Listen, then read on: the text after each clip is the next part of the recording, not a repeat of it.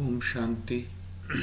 आज का भी टॉपिक बड़ा स्पेशल है क्योंकि जिस संस्था के थ्रू हम ये सारी बातें आज आपके सामने रख पा रहे हैं, जो हमने अपने व्यक्तित्व के अंदर थोड़ा बहुत भी परिवर्तन किया है, जो हमने इसको महसूस किया है, तो हम चाहेंगे कि क्यों ना आप लोग भी इसको महसूस करें। तो आज का टॉपिक स्पेशल है, थोड़ा ध्यान से सुनने लायक है, और ध्यान से सुनने के बाद भी कई बार लगता है कि कहीं हाइपोथेटिकल लेवल पर तो नहीं है, तो इसको आप थोड़ी देर के लिए और धारणाओं से और मान्यताओं से अलग होकर सुनेंगे। तो कैसे यज्ञ शुरू हुआ और कैसे इतनी बड़ी संस्था बनी, इसका थोड़ा सा छोटा सा इतिहास आपके सामने हम रखना चाहेंगे कि किसी भी विशाल कार्य का शुभारंभ करना हो तो क्या करते हैं दुनिया में। आपको पता होगा कि जब विशाल कार्य का शुभारंभ करते हैं तो ज़्यादातर यज्ञ रचते हैं और यज्ञ द्वारा उसका शुभारंभ करते हैं। कहते हैं कि यज्ञ एक ऐसा कर्म है, यज्ञ द्वारा जितनी भी दुनिया की ऐसी बाधाएं हैं, विपदाएं हैं, वो आएंगी तो वो उस समय के संकल्पों से नष्ट हो जाएंगी जिस समय यज्ञ में बैठ कर लोग आहुति दे रहे होते हैं। तो ये तो दुनिया का कार्य है। ऐसे ही परमात्मा ने एक यज्ञ रचा। दुनिया में एक यज्ञ बहुत फेमस है, उसका नाम है राजसूय यज्ञ, और परमात्मा ने भी जो यज्ञ रचा उसका नाम भी राजस्व अश्वमेध विनाशी रुद्र गीता ज्ञान यज्ञ है। तो इस यज्ञ का भी वर्णन शास्त्रों में है। दक्ष प्रजापति का यज्ञ माना जाता है। तो वही राजस्व अश्वमेध विनाशी, जिसको राजसूय यज्ञ कहते हैं, उसका बिगड़ा हुआ फॉर्म का मतलब उसको सही रूप से आपके सामने रखा जा रहा है। तो विशाल कार्य का शुभारंभ करना हो तो यज्ञ रचते हैं। यज्ञ द्वारा शुभ शुरुआत करते हैं किसी भी चीज़ की, और जब शुभ शुरुआत करते हैं तो शुभ शुरुआत में हम सबको भी आहुति देनी चाहिए। तो वैसे विश्व परिवर्तन के लिए परमात्मा ने यज्ञ रचा, लेकिन वो यज्ञ कैसा होगा? बड़ा शक्तिशाली होगा, और यज्ञ का नाम है राजस्व अश्वमेध अविनाशी रुद्र गीता ज्ञान यज्ञ। और राजस्व का इसमें मतलब है सेल्फ सॉवरेनिटी, मतलब अपने मन का राजा बनना। अश्वमेध माना मन रूपी घोड़ा को विवेक से कंट्रोल करना, विजडम से कंट्रोल करना। वैसे इंटेलेक्ट माना बुद्धि, और विवेक का मतलब होता है विजडम का मतलब कोई भी चीज़ को हम कंट्रोल भी कर रहे हैं लेकिन किसी को हर्ट उससे नहीं हो रहा, उसको हम विजडम कहेंगे। तो जब हम अपने मन को कंट्रोल कर लेते हैं, अपने मन के ऊपर राजा बन जाते हैं, तो हमारी हर एक चीज़ इंडिस्ट्रक्टिबल, जैसे पीस इंडिस्ट्रक्टिबल हो जाएगा, लव इंडिस्ट्रक्टिबल हो जाएगा। ये नहीं कि हमेशा आए और चला जाए, नहीं। जैसे हम अपने मन को कंट्रोल करेंगे, अपने मन के राजा बनेंगे, वैसे हर एक चीज़ हमारे पास जो होगी वो ख़त्म नहीं होगी, अविनाशी हो जाएगी।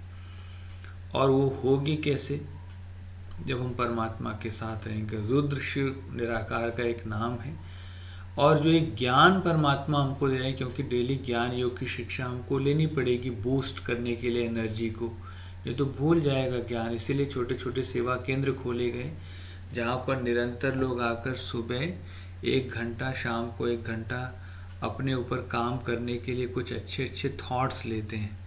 तो ये वो गीता है जिसमें no force, listen in melodious way, मधुर तरीके से सुनो, ये मधुर महावाक्य हैं, और उसको सुनने के बाद इतना प्यार से उसको धारण करने के लिए समय दो। जितनी हमारी समझ बढ़ेगी उतना हम अपनी बुराइयों और विकारों की आहुति इस यज्ञ में दे पाएंगे। दोनों यज्ञ में अंतर समझ लेना है। स्थूल यज्ञ जो वर्ल्डली जो यज्ञ रचा जाता है उसमें जौ, तिल और घी डालते हैं, लेकिन इसी सूक्ष्म यज्ञ में परमात्मा कहते हैं जौ, तिल और घी का अर्थ नहीं है, लेकिन जौ माना इसका एक सिग्निफिकेंस है। जौ माना तन, तिल उससे छोटा मन, और उससे ज़्यादा भी छोटा धन, लेकिन है बड़ा शक्तिशाली। तो परमात्मा कहते हैं अगर तुम्हारा मन मेरे में लगे तो तन भी लगेगा और धन भी लगेगा। क्योंकि हमको नॉलेज भी लेनी है, अपने ऊपर काम भी करना है, सेवा भी करनी है, तो उसके लिए lust, anger, attachment, greed, ego की आहुति परमात्मा मांगते हैं। उस यज्ञ में दिखाते कि यज्ञ के घोड़े को ही स्वाहा कर देते थे। जब राजसूय यज्ञ हुआ, अगर कोई चक्रवर्ती राजा बनना चाहता था तो राजसूय यज्ञ करता था, और लास्ट में जब घोड़ा आता था और जो घोड़ा उस समय मतलब जो राजा उस घोड़े को पकड़ता था उससे लड़ाई होती थी, और राजा जिसने घोड़ा छोड़ा होता था उस पर जीत पाकर फिर वो आगे बढ़ता था। लास्ट में जब वो घोड़ा वापस आता था तो उसको कहते थे यज्ञ में ऐसे डाल देते थे। अब बताइए, हिंसात्मक यज्ञ और यहाँ अहिंसात्मक यज्ञ है। यहाँ पर नॉन वायलेंस की बात करते हैं, परमात्मा कहते हैं शरीर रूपी घोड़े को स्वाहा करना, माना भूलना, उसके साथ जुड़ी हर चीज को भूलना। शरीर को भूलना माना उसके साथ जुड़ा हुआ पद, पोजीशन, जिससे ईगो है, जिससे दुख हो रहा है, जिससे दर्द हो रहा है, जिससे तकलीफ हो रही है, उसको भूलना। आपको दर्द तकलीफ कोई दे नहीं रहा है, आपके ऊपर लगे टैक्स आपको तकलीफ दे रहे हैं। जो आपने अलग अलग पद, पोजीशन, रिलेशन का टैग लगाया है, उसके आधार से आप सबसे सम्मान चाहते हैं, वो नहीं मिलने वाला, क्योंकि वो हमारा रॉन्ग इमेज के साथ अटैचमेंट है, जो हम नहीं हैं। मैं एक आत्मा हूँ, शरीर के साथ मेरा सिर्फ और सिर्फ रिफ्लेक्शन का संबंध है। शरीर एक वस्त्र है, एक कॉस्ट्यूम है, लेकिन इसके आधार से आप प्राप्ति करना चाहेंगे, 4 दिन बाद कुछ और चाहिए। तो इस तरह से जितना हम शरीर को भूलेंगे उतना आत्मा शक्तिशाली होगी और उसके अंदर देवताएं गुण आएंगे। तो ये दोनों यज्ञ में अंतर है। यह यज्ञ कल्याणकारी है। क्यों कल्याणकारी है? मतलब इस छोटे से यज्ञ में और छोटे से युग में, क्योंकि कलयुग का अंत और सतयुग की शुरुआत होने वाली है, तो कलयुग का अंत और सतयुग की शुरुआत के बीच में छोटा सा युग परमात्मा ने हमको चेंज होने के लिए दिया। उसको कहा कॉन्फ्लुएंस एज या पुरुषोत्तम संगम युग। तो पुरुषोत्तम संगम युग का अर्थ है पुरुषों से उत्तम बनने का युग, माना देवताएं गुण लाने का युग। और ये उत्तम इसलिए है क्योंकि इसमें हम जो संकल्प करेंगे, परमात्मा का इस समय स्पेशल वरदान है, वो निश्चित रूप से पूरा होगा, लेकिन वो संकल्प कल्याणकारी हो, सबके लिए शुभ करने वाला हो, सबको आगे बढ़ाने वाला हो। यदि वो परमात्मा की याद वाला होगा तो अच्छा होगा। तो अब परमात्मा सोचना हमको सिखाते, बस अच्छा सोचो, कल्याणकारी सोचो, इसमें दूसरे का भी भाग्य तो अपना भी भाग्य बनेगा। तो जैसे ही हमको अच्छा अच्छा सोचना आ जाए, तो देखो यज्ञ में आहुति पड़नी शुरू हो गई। ये है इस यज्ञ का महत्व।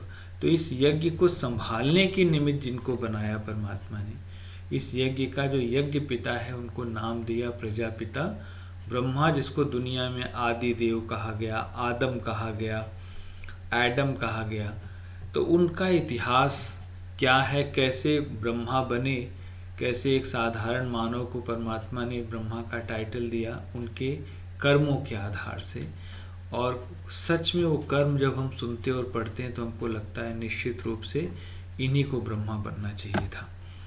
तो इनका छोटा सा इतिहास हमारे सामने है। आप देखिए, दादा लेखराज का जन्म, ब्रह्मा बाबा का लौकिक नाम था दादा लेखराज कृपलानी। ये 15 दिसंबर 1876, मतलब 15 दिसंबर 1876 को सिंध हैदराबाद पाकिस्तान में जो इस समय है, वहाँ खूबचंद कृपलानी के घर में हुआ था। इनके पिताजी का नाम खूबचंद कृपलानी था, एक कृपलानी परिवार के थे। इनके पिताजी एक ग्रामीण पाठशाला में हेडमास्टर थे, लेकिन इनकी माता का देहांत बहुत कम आयु में ही हो गया। तो इनके पिताजी ने इनकी पालन पोषण किया। ये शुरू से ही धार्मिक प्रवृत्ति के थे, उदार दिल थे, और निरंतर कहा जाता था नारायण की पूजा करते रहते थे। और इनका प्रखर व्यक्तित्व इतना विशाल था, कहा जाता था जब हीरे का व्यापार इन्होंने शुरू किया बहुत छोटी उम्र में ही, तो इनके पास इनका हीरे का व्यापार चमका और बहुत सारे लोगों से बहुत अच्छा संबंध था। इनका व्यक्तित्व तो बड़ा चमत्कारिक था, तो लोग इनसे जुड़ते थे। तो दादा लेखराज की फिर उनका विवाह संपन्न हुआ और उनके युगल का नाम यशोदा माता। और 1936 में एक घटना कहते हैं कि उस समय 1920 की बात का जो सफ़र रहा इनका बहुत अच्छा था, लेकिन कहते हैं उसके बीच में इतनी ये भक्ति करते थे तो इनको बीच बीच में कुछ अच्छे अच्छे अनुभव भी होते थे आध्यात्मिक, और अपने अंदर जानने की इनको जिज्ञासा बहुत रहती थी। तो इसके लिए उन्होंने, कहा जाता है, 12 गुरु किए। और 12 गुरु करने के बाद भी कहा जाता है इनकी जिज्ञासा पूरी नहीं हुई, तो 1936 के में उम्र के उस पड़ाव में कुछ इनको अलग अलग अलौकिक और दिव्य अनुभव होने शुरू हुए। तो उन्होंने उस समय क्या किया कि जब अनुभव होने शुरू हुए तो उस अनुभव के आधार से कुछ कुछ बातें इनको समझ में आने लगी कि लग रहा है कुछ हमारे अंदर चेंज आ रहा है, कुछ परिवर्तन आ रहा है, लेकिन उस समझ में नहीं आता था। तो उसके बीच में एक छोटी सी बात है कि शुरू से ही इनके व्यक्तित्व में एक बात थी, एक तो सबका सम्मान करते थे और सच में दिल से सबसे पहले नारी के प्रति सम्मान का अगर कोई अचूक और अनोखा उदाहरण है तो वो हमारे दादा लेखराज कृपलानी, जिनका वर्तमान समय में परमात्मा द्वारा दिया गया नाम प्रजापिता ब्रह्मा बाबा है। तो उन्होंने उनको किसी ने चित्र भेंट किया और चित्र में दिखाया कि विष्णु जी क्षीर सागर में लेटे हैं, लक्ष्मी जी उनका पांव दबा रहे हैं। तो बाबा को ये चित्र अच्छा नहीं लगा और उन्होंने कहा कि नहीं, स्त्री और पुरुष दोनों को समान होना चाहिए, ऐसा चित्र नहीं होना चाहिए, क्योंकि उसका समाज में दुरुपयोग हो रहा है तब से कि जैसे स्त्री लक्ष्मी जी नारायण के पांव दबाते हैं वैसे तुम भी हमारे पांव दबाओ। भाई उनके गुण और विशेषताएं भी तो देखो ना।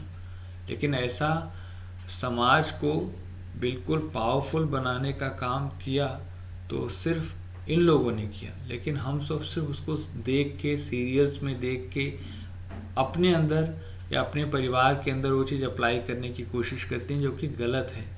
तो जो समान को सामने लाए वो महान है ना। तो एक बहुत सुखी परिवार इनका था और सबके साथ इनका बहुत अच्छा व्यवहार था। तो इनको उस समय 1936-37 में बहुत सुंदर साक्षात्कार हुआ, जिसमें उन्होंने सबसे पहले विष्णु का साक्षात्कार किया। और जब विष्णु का साक्षात्कार किया तो उस समय मतलब इनको अलग तरह का एक्सपीरियंस हुआ, लेकिन वो एक्सपीरियंस ऐसा था कि इनको समझ में नहीं आया। और उन्होंने अपने गुरु से जाके पूछा कि मुझे विष्णु का साक्षात्कार हुआ, वहाँ से एक आवाज़ आई अहम चतुर्भुज तत्वम करके, तो इसका अर्थ क्या है? तो उन्होंने कहा मुझे तो नहीं पता। गुरुजी ने उनके मना किया कि मैं तो इसका अर्थ नहीं जानता। फिर अपने दैनिक कार्य में वो लग गए।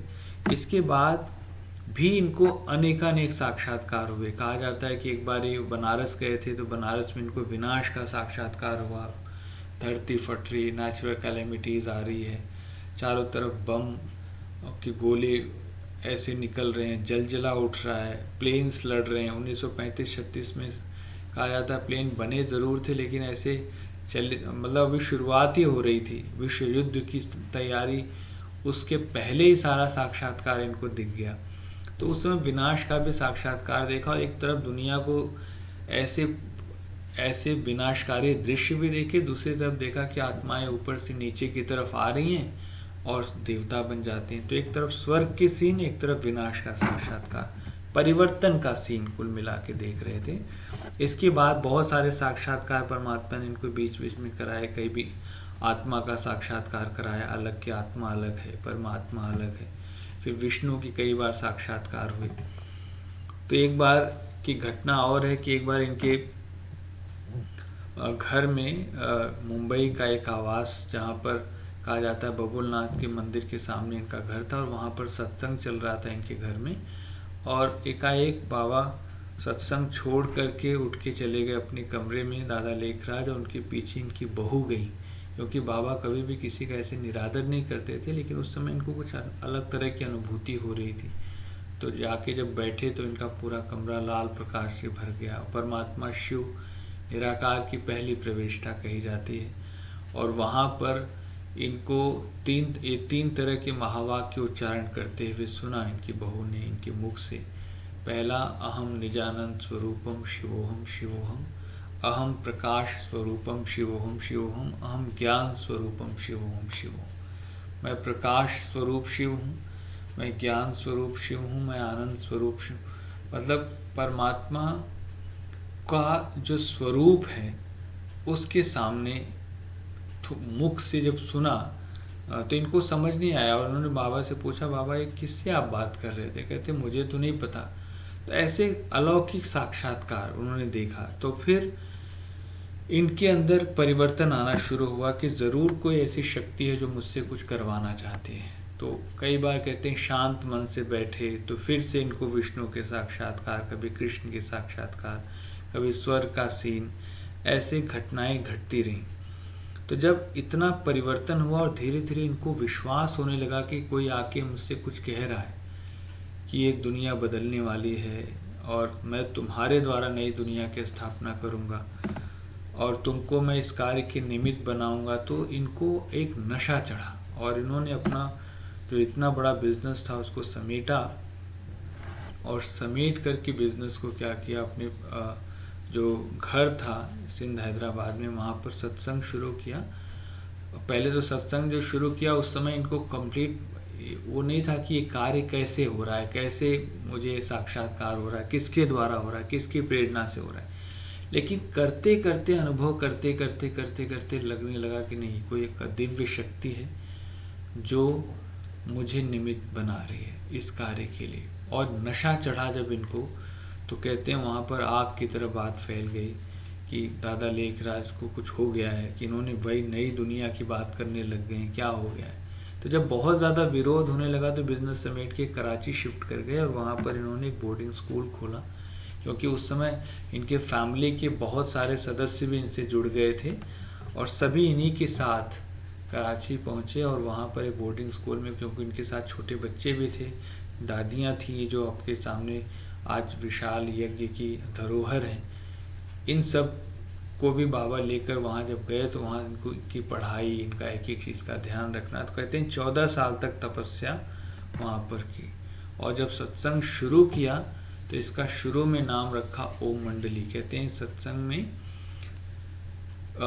करने मतलब जब ये पूरा होता था तो ये ओम की ध्वनि करते थे अधिक से अधिक। तो निराकार परमात्मा शिव ही ये कार्य करा रहा है, इसको अनुभव करने में समय लगा, क्योंकि कोई चीज़ इतना जल्दी समझ नहीं आती कि का एक परिवर्तन हो रहा है और कैसे हो रहा है, कौन करा रहा है, तो टाइम तो लगता है। तो ये हाइपोथेटिकल लेवल पर नहीं है, इसको समझने के लिए हमें भी टाइम लगा, हमने भी इतना समय दिया तो समझ में आया कि परमात्मा कौन है, मैं कौन हूँ, कैसे इसको हम समझें, कैसे अपने आप को समझें। तो ऐसे उन्होंने भी जब शुरू किया तो थोड़ा टाइम लगा, बाद में समझ में आने लगा कि निश्चित रूप से परमात्मा का कार्य है। तो शुरू में ओम मंडली नाम रखा, बाद में ब्रह्मा बाबा को जब नाम मिला प्रजापिता ब्रह्मा, तो उस समय माताओं और बहनों को बाबा ने निमित्त बनाया और कहा जाता है 1937-1938 के बीच में 8 युवा बहनों की एक व्यवस्थापकीय कमेटी बनाई बाबा ने और अपनी सारी अचल अचल संपत्ति इस ट्रस्ट को समर्पित कर दी। यह यज्ञ माताओं द्वारा संभाला जाने लगा। तो एक बहुत बड़ा इस दुनिया में मिसाल है कि माताओं और बहनों को इस यज्ञ के कर्णधार के रूप में देखा गया। इन्होंने शुरू किया क्योंकि शिव बाबा ने कहा कि इस धरती का उद्धार माताओं और बहनों के द्वारा ही हो सकता है, और ज्ञान कलश इन्होंने इनके ऊपर ही रखा।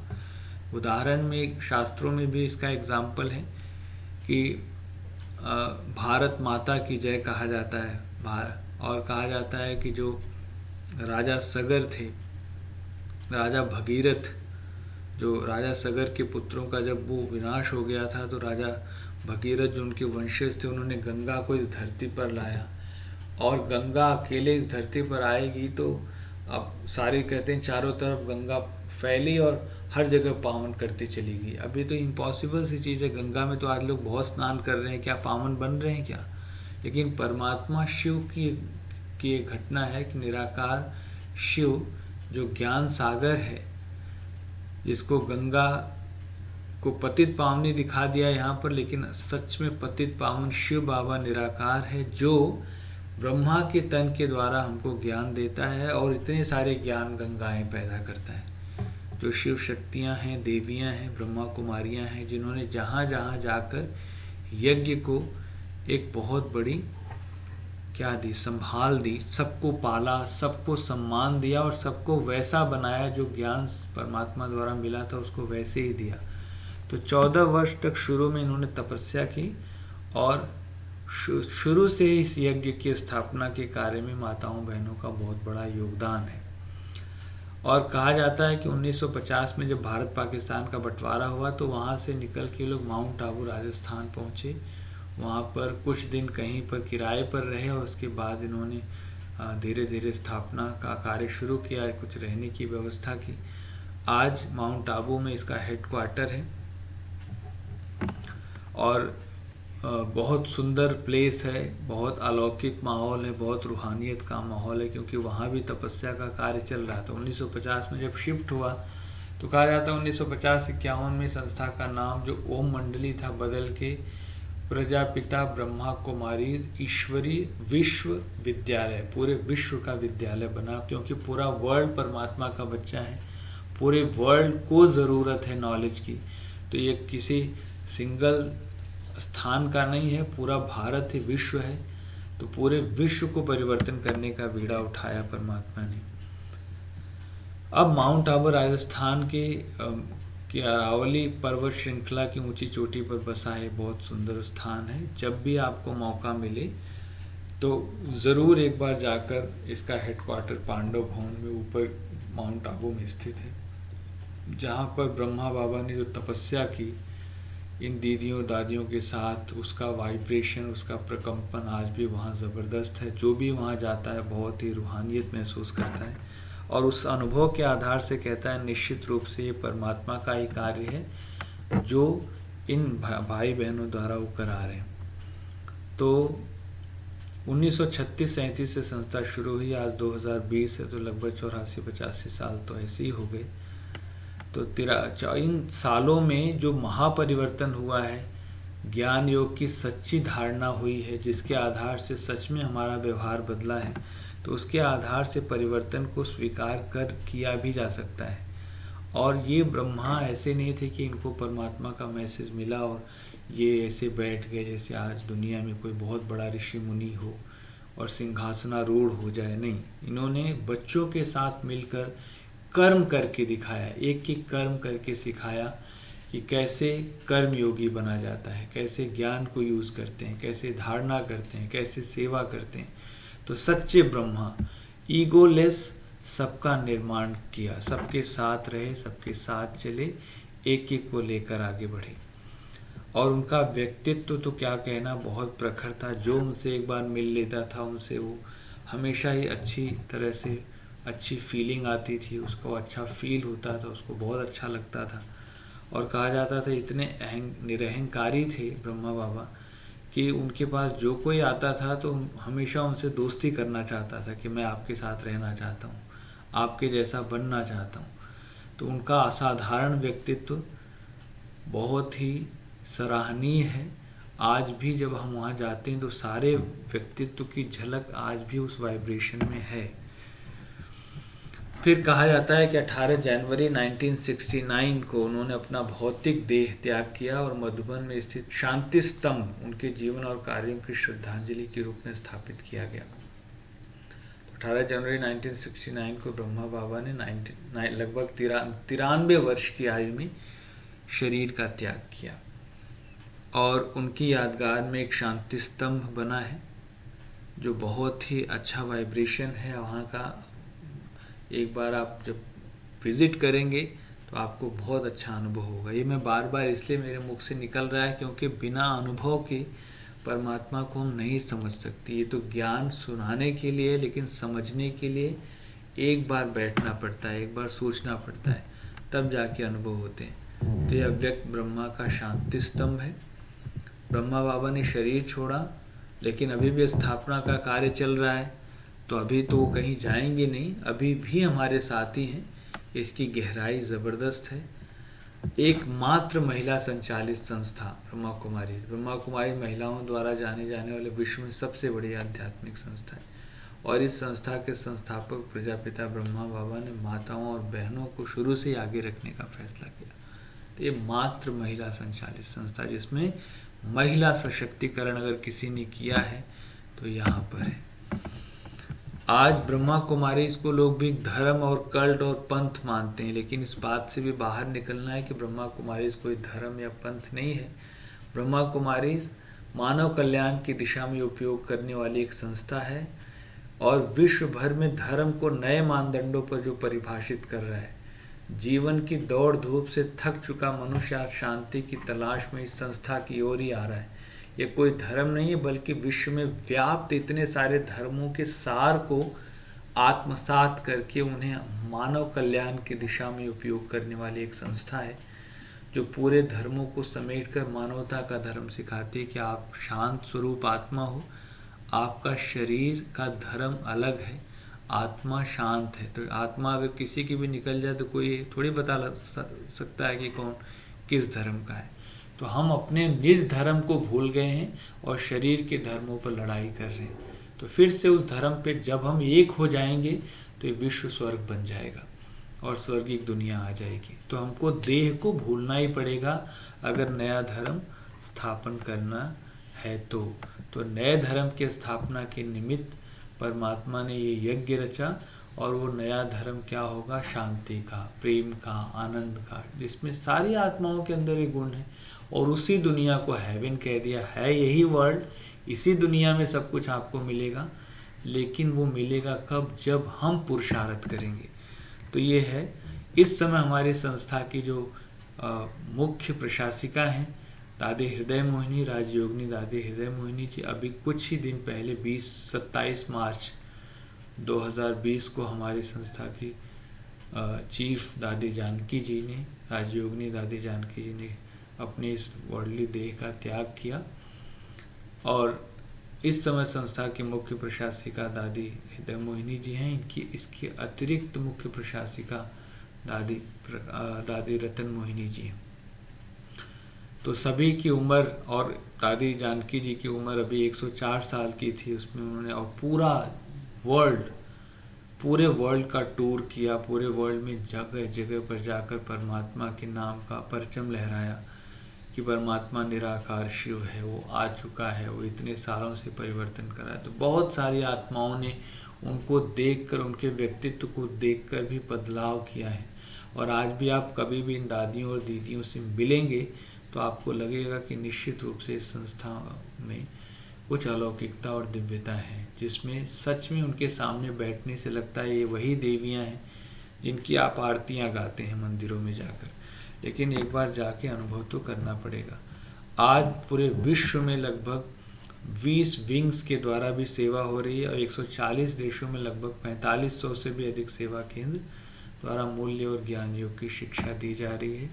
अलग अलग विंग्स माना एजुकेशन विंग है, पॉलिटिकल विंग है, सोशल विंग है, यूथ विंग है, ऐसे 20 विंग्स बने हैं। 20 विंग्स के द्वारा इतनी सारी सेवाएं हर वर्ग के लोगों के लिए है, साधारण लोगों के लिए है। ये विशेष संस्थान इसलिए भी है क्योंकि सभी वर्ग के लोगों को एक ही पढ़ाई पढ़ाई जाती है, और वो है आत्मा शांत स्वरूप है, परमात्मा पिता कि हम संतान हैं। हम सभी एक समय में यहाँ आए थे। अब हमको अच्छे अच्छे संकल्प करके इस 5000 साल के साइकिल में फिर से अपने आप को अच्छा बनाना है, सतयुग लाना है, माना नई दुनिया लाना है, स्वर्ग लाना है। तो एक एक अच्छा अच्छा संकल्प डेली करना है। ये है इस यज्ञ में आहुति देना, तब जाके हर संकल्प से 5000 साल का साइकिल बदल जाएगा और हम सतयुगी दुनिया में चले जाएंगे।